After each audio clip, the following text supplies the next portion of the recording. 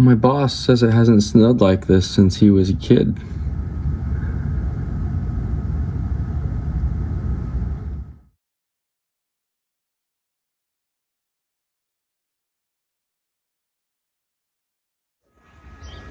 So it looks like about 6 inches or so. Perfect drifting over the Miata, nice and round and smooth. The lady across the street has a much better idea than my shovel. She's using a leaf blower to clear the driveway. It seems to work much better than this. I don't have that. I don't have a real snow shovel. I just have that dumb thing. So it's gonna take a while. So here's something fun. The ice has frozen in the gutter and is now dripping as it melts onto the sidewalk. And because that's in the shade, it just refreezes and now it's all ice right there. So I guess when springtime comes or over the summer or something, I get to figure out how to reconfigure the gutter to prevent that from happening. So this kind of gives you an idea of just how bad the ice problem is on the front gutter system.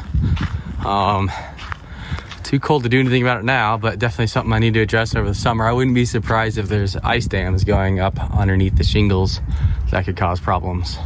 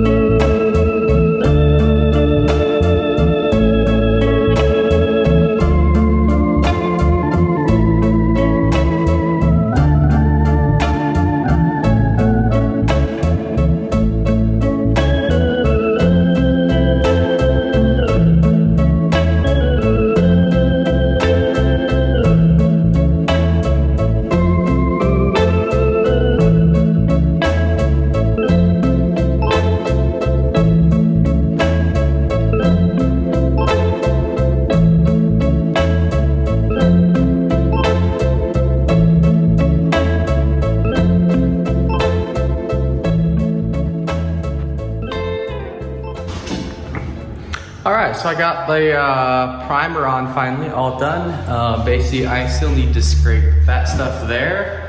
I got some bubbling, but the bubbling that happened over there disappeared, so I suspect that's gonna disappear too.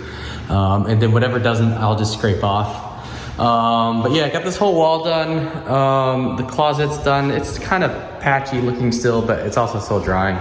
But I got plenty of primer left so I can go back over. And even this area is 2 coats and you can still tell that it's darker than the rest of the room. So I might go over it again. Everything's in pretty good shape. I actually found far fewer nicks and whatnot than I was expecting. There's a little bit of stuff here I gotta take care of around the window, a couple little things here and there, but not bad. This little corner needs some work, but overall it's not bad. This is interesting. It's got like 3 coats on it and it keeps popping through, so I'm not sure what the deal is with that. I may just see if I can throw a little bit of mud over it and cover that up. There's a couple little things here and there, little hole there, little couple holes there, but for the most part, I didn't see a whole lot of damage that popped up after primering it. So I think this is gonna go pretty quickly from here on out. I need to start planning the floor purchase and a couple other small things. So after drying, it looks pretty good. You can see the gray a little bit through there and a little bit over here, but it's not bad. So I think I'm gonna leave it because these are gonna be, this whole section is gonna be a darker color, just like the other room. And then the ceiling in this wall will be white. So I think I don't need to cover up anymore. I don't need to do another layer of primer there. I do need to scrape the ceiling up in this area and fill in a couple small holes here and there. But it's pretty much ready for paint. There's a bug up there. So far the house has weathered the really cold weather pretty well. This is the first sign of any actual problem, is this water coming in here. I was halfway expecting some burst pipes because like this hose bib that goes outside, there's a valve there to shut it off, but it doesn't turn, so I don't know if it was actually on or not. And the same thing with the one out front. So I wasn't sure if they're shut off or not, and I just haven't replaced those valves yet.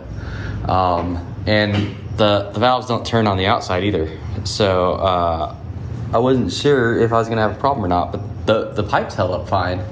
But this is the first sign of flooding. Like there's a little bit of moisture over here where that crack is, and there's a little bit right there in this corner, but nothing really to stress out about. And in the far corner over here, there's just a touch of moisture down at the bottom. But this is the first actual water intrusion I've seen, and this just showed up today, and it's from the water pooling up against the house just outside the door here. Nowhere to go because of all the snow there.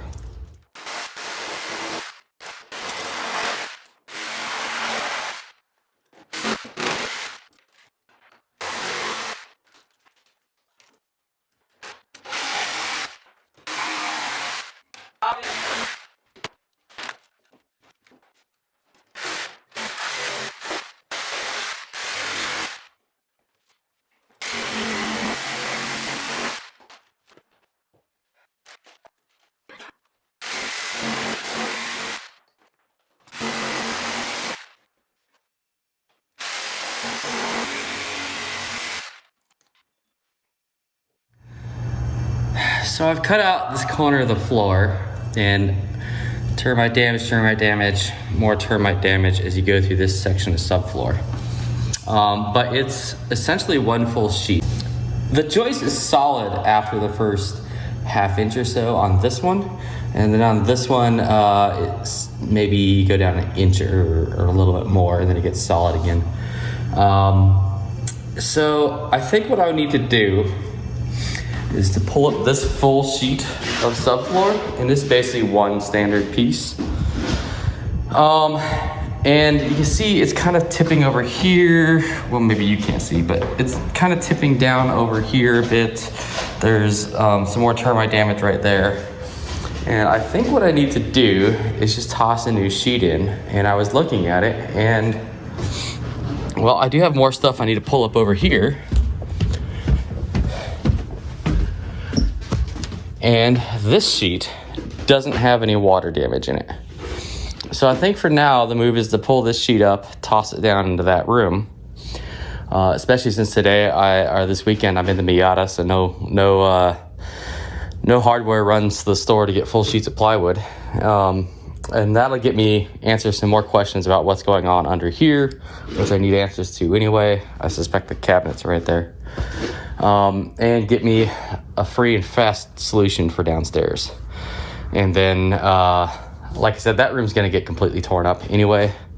After another year or so, after this room and that next room and the bathroom are all done. So I think that's the move, is to tear this up, pop it in there, and if I have to, pop in a couple pieces of 2x4 in the joist to kind of shore things up a little bit.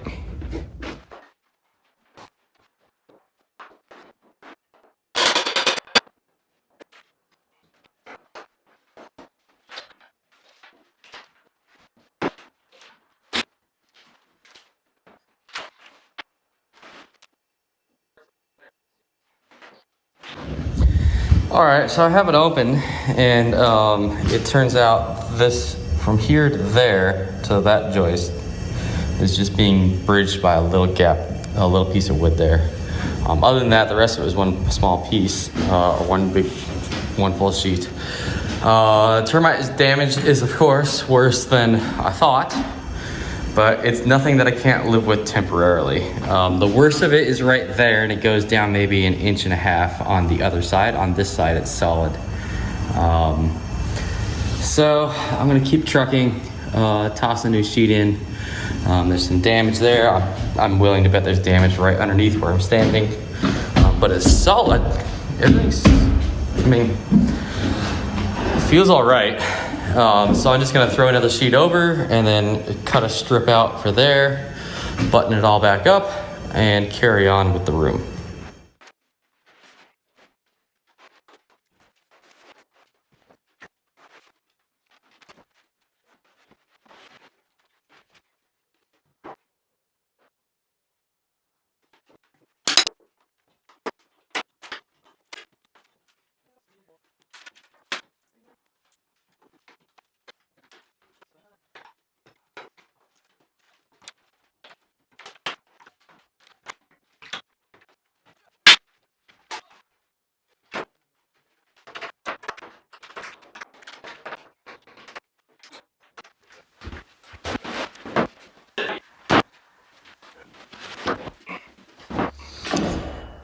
So naturally, the piece I pulled out from up there has been cut. It is not as wide as a standard piece. It is a little bit narrower, so it's not going to reach the second joist over here. All right, so we got the piece in here. I just need now to cut out a section for here. I figured it's probably better to bridge this gap with a bigger piece than try to bridge that gap with a small piece like it was. Especially since, as we saw with the door thing, this rises quite a bit. I figure it's probably better to have all the solid stuff near the wall. And I put the factory edge over there, so it'll have a nice clean butt. This is the cut edge here. The factory edge is down there. I probably should have done that the other way, but it's okay. And I'm using the Sawzall just to try and cut down on dust. Maybe the only other saw I have that would produce less dust is the skill saw or a scroll saw, but that's just not the right tool for this job at all. Anyway, so I just need to cut one more piece out here, but first I gotta pull another piece from upstairs.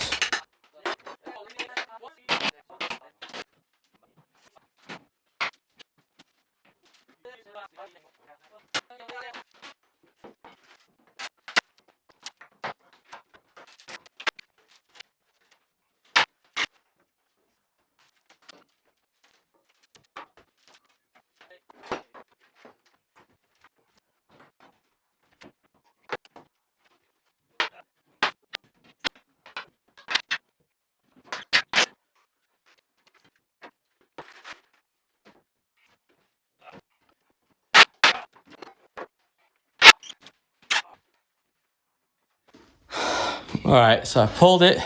I need to yank all the nails out of it, which there's plenty. But the thing I said I wanted to learn when I pulled this up is how the electrical goes, and it's doing exactly what I thought it does. Basically, it comes in from that corner. Some of it goes out here to the wall, comes across, and it comes out and down to most likely that outlet behind the corner there. Need to pull up the rest of the floors to find out. There's the kitchen cabinets. The kitchen is this outlet is on the kitchen here, and this goes down to something. There's some more electrical there underneath the joist. So basically, it confirmed what I thought, which is I can't just disconnect the electrical in this room because it'll affect the kitchen. So I think what I'll do when it comes time to put a new subfloor in, which is coming up soon, is to go ahead and attach J boxes with the opening down to the ceiling. Just put blanks on them on the ceiling side. And then all of my terminations for things I remove in this room can go inside those J boxes. And then I can go ahead and run a new 20 amp circuit to this room, which will come from the, there's one bay, not in this wall, but the next one on the other side of the pink bathroom, which is on the other side of that wall right there. That bay goes all the way down to the basement.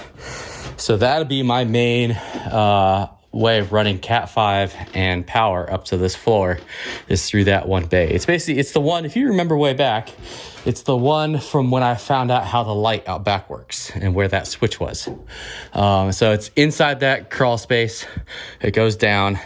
So I'll go down, I'll run one to this room, I'll run one to the bathroom, and I'll run one to there, the other room that I'm staying in.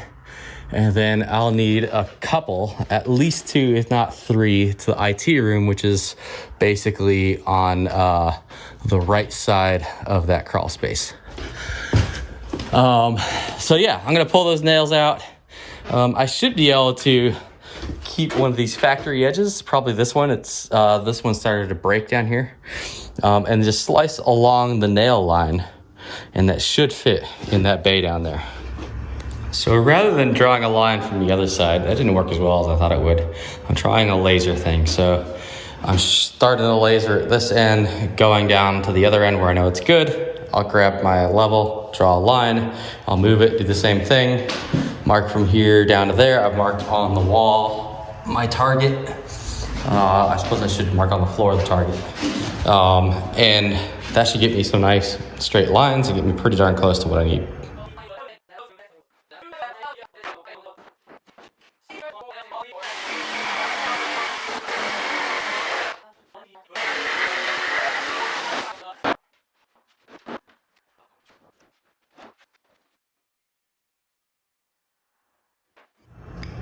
So with the 2 factory edges out, you can see it's not the straightest of cuts in the world, but that's okay. It's all gonna get covered up. You're never gonna know. And again, this room is gonna get completely gutted. So at some point, this entire subfloor will get come up.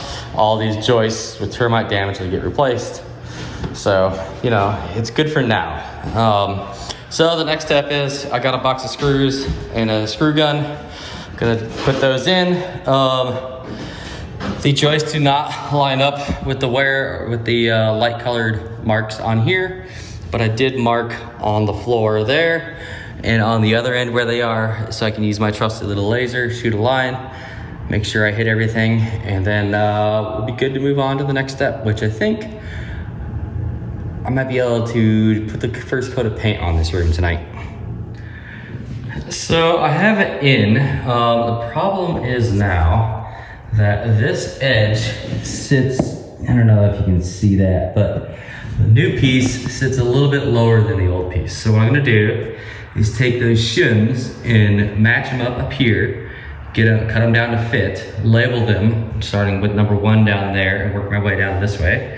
And then I'm gonna cut them to fit, and then I'm gonna unscrew this edge, go to the basement and pop the shims in where they go. And then come back up, screw these back in, and this should be a nice flush fit, or at least good enough. So this is what I've come up with. Everything kind of points to the wall, except for this last one that points away. And that should lift this right up. So I'm just gonna pop these screws out, go downstairs with a little hammer, and tap these into place. All right, so this is in. Patch job done. I'll probably just use the grinder to remove some of these small pieces where the wood's kind of sticking up around the screws. But yeah, patch job in, and walking on this section of the floor, actually feels more solid and doesn't creak. Feels better than the rest of it, even though I know there's termite damage under there.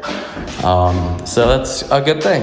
It's solid for now. It'll do its job. It'll last until it's time to gut this room and redo it. So now, I suppose it's time to clean up and get ready for some paint. I don't know if I want to paint today, but yeah, get ready for it. So I figured while I was cleaning up, I might as well clean up the rest of the stuff down here. So I removed the tub, the wood. I guess maybe this weekend I'll finish tearing out the subfloor. And then I cleaned up downstairs a little bit more. I just don't have the energy to paint today, so I'm gonna save that for tomorrow. We did a show. I kind of worked late yesterday. But it's cleaned up in here. That breaker's off for that plug. I just need to unscrew it, pop the wires down. But yeah, it's ready for paint. This one spot is being weird. I even threw a layer of mud over it and this color's still seeping through it. So I think that's just the thing I'm just gonna have to live with. I don't know what the hell it is. There's 2 coats of primer there, maybe even 3. A couple coats of mud, and it's just doing what it is. But yeah, it's ready. I think it's ready. I'll paint tomorrow, maybe tomorrow morning, and it can dry. I was going to do, basically this is gonna be the same paint pattern as the other room where the wall and the ceiling are white. And I was gonna do like a burnt orange on the other 3 walls because that's kind of reminiscent of the color that was in here, and it kind of fits with modern houses and stuff and modern looks. But it kind of fits with the color of the carpet that was in here. But I think I mentioned in the Q&A video that I made a mistake buying paint. And that was, I accidentally bought too much blue paint for the other room. And I have enough to do this room. So this room's gonna be blue too. Kind of not, kind of uninspiring, but it is what it is. I think I'm gonna do all the window stuff in blue. And then everything on that wall will be white, but the blue will kind of come into the window or into the wall that way. And that'll kind of help cover up the green and all this other goofy stuff going on with the windows. But yeah, that's where I'm at on Saturday night. Oh, look. Nice colors outside today.